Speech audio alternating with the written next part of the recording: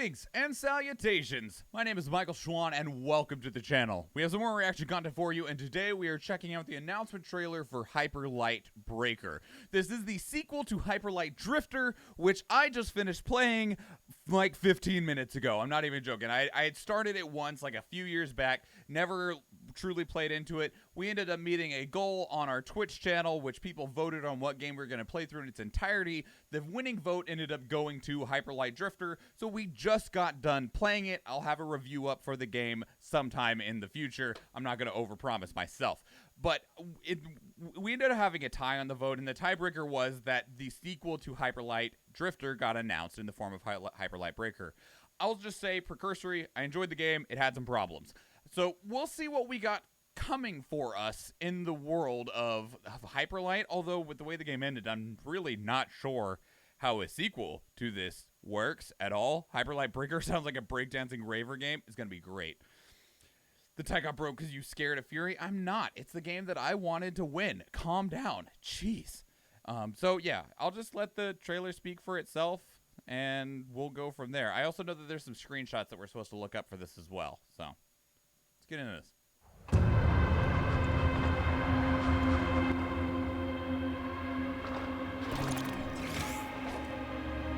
Gearbox.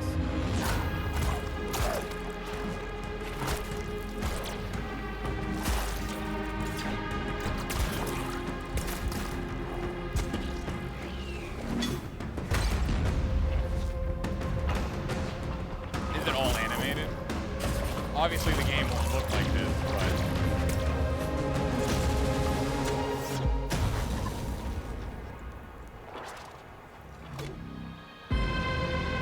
Okay, I think the whole thing is just an animated trailer.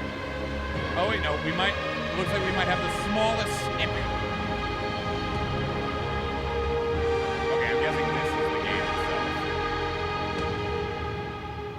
itself. Okay, so... the volume is high. I turned it way down. Damn. I thought I was like, man, maybe is it just loud? Is it just me or it is that loud? Okay. I can bring it under control. Okay, let me see if I can't find those screenshots real quick. Hyperlight Breaker. Hyperlight Breaker on Steam. Okay, we'll take it. We'll take it. So if we make this bigger. This is what we saw in there. The pre-alpha gameplay, not final. Okay, this is the game. This is very different from what we just played, though.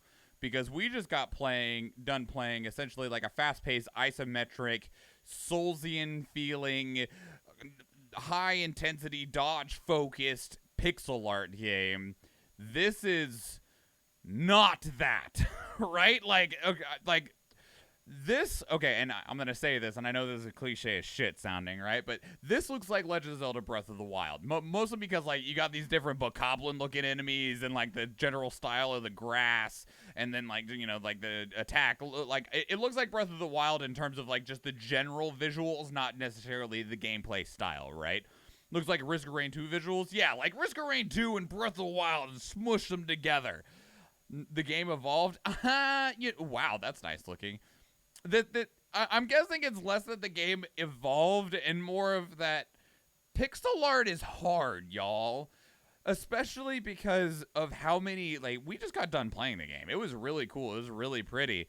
But there was a lot of intense animations done with pixel art. And with pixel art, you can't just build a model and then try and smooth out the animations on the model.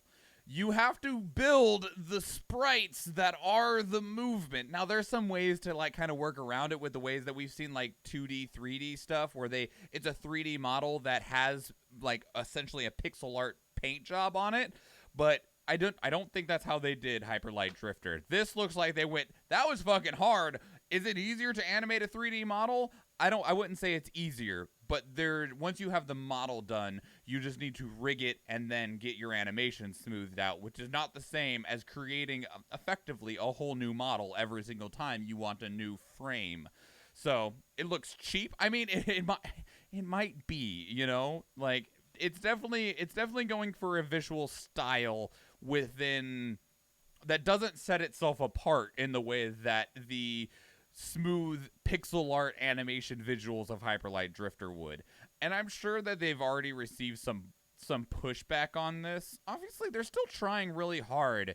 Like, this still looks like Hyperlight Drifter in a lot of ways. Like, this definitely feels like the game that we just got done playing, while being something else, right? Like, it's what's next. Although I'm really curious about what this is.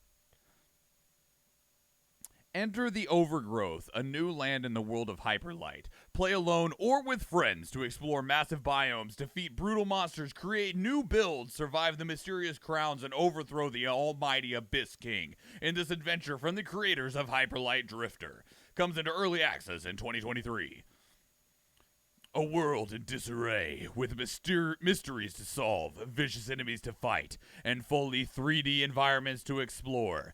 A vast, ever-changing world awaits with massive open biomes and deep labyrinths. Use your wall-dashing hoverboard, glider, and more for incredible freedom across landscapes.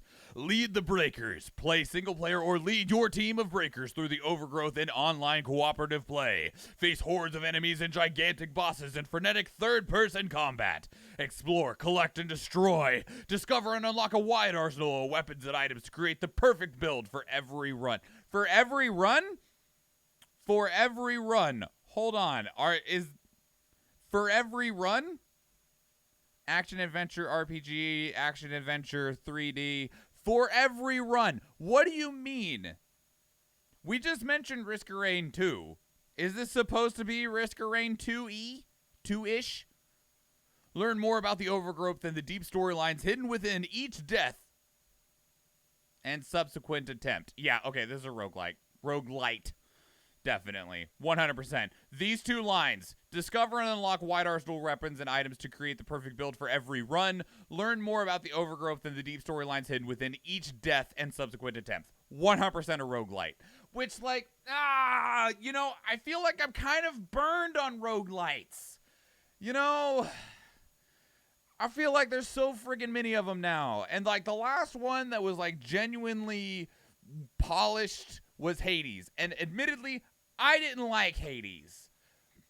And, yeah, I've played many and I enjoy them. We mentioned Risk of Rain 2. I liked Risk of Rain 2. I liked it a lot, right? I liked Enter the Gungeon. I liked Dungreed. I liked many others that my brain is not offering to me right now. But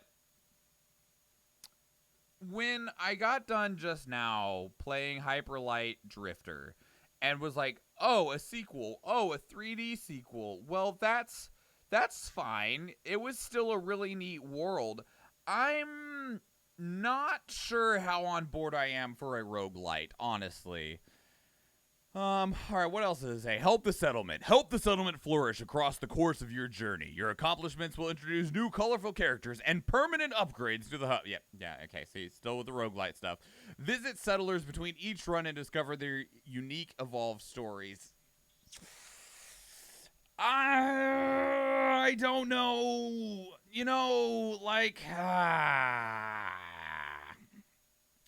Another settlement needs your assistance. Hey, Napalm. I don't know how I feel about it. Like, while I would not say that Hyperlight Drifter is incredible, I enjoyed the experience, but part of the experience would have been drastically hampered was it a roguelite. And I feel like if you're wanting to tell a story and you're wanting to deliver a world, roguelites are not the way to do it. I guess that's a way of keeping replayability. Not every game needs replayability, though. Like, you're not wrong, but at the same time, I don't feel like it's what you need to do if you want people to replay your game. If you make a game that's really fun, bam, people will replay it. So, like, I don't know.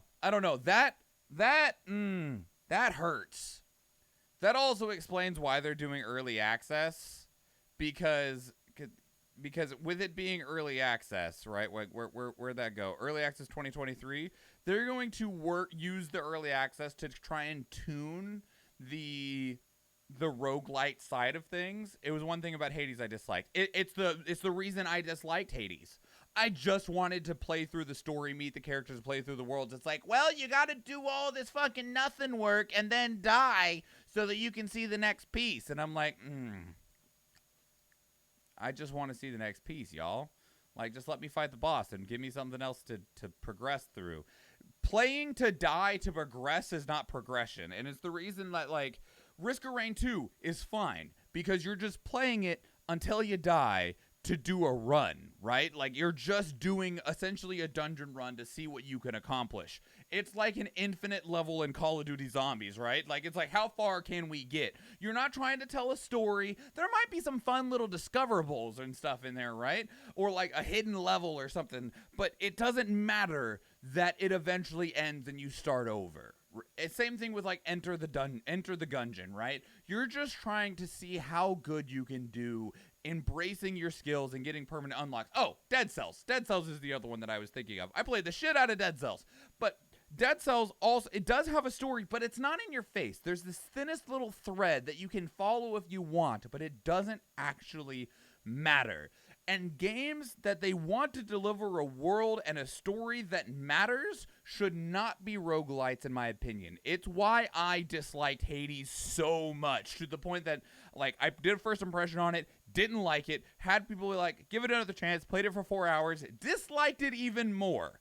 So, unfortunately, this went from being something like, you know, I can understand why you'd move away from the pixel art side of things to go for a 3D build, but the fact that it's a roguelike now hurts me so much. It hurts me so much, and it took my interest in this game from like a 7 or an 8 to like a 4. Ugh.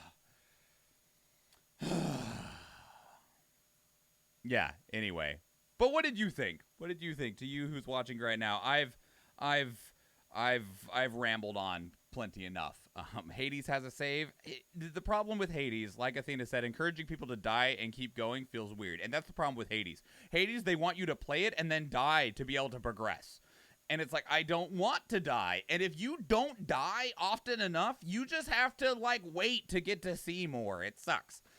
What did you think, though? Please leave your thoughts down in the comments below. If you want to keep the conversation elsewhere, 2 great places to do so are Twitter and Discord. And speaking of Discord, we actually have a channel dedicated to these reactions where you can place links of your own that we can check out and watch together live on stream, because we do stream 4 days a week, Tuesday, Thursday, Friday, and Sunday, and I would love to see you there. But we're going to go ahead and get out of here, because we actually got another one of these that we're going to do, which if you enjoyed this video, please give it a like. If you want to catch future videos, please subscribe to the channel. And if you do watch any of the other videos on the YouTube channel, or if I see you in the live stream, thank you and enjoy.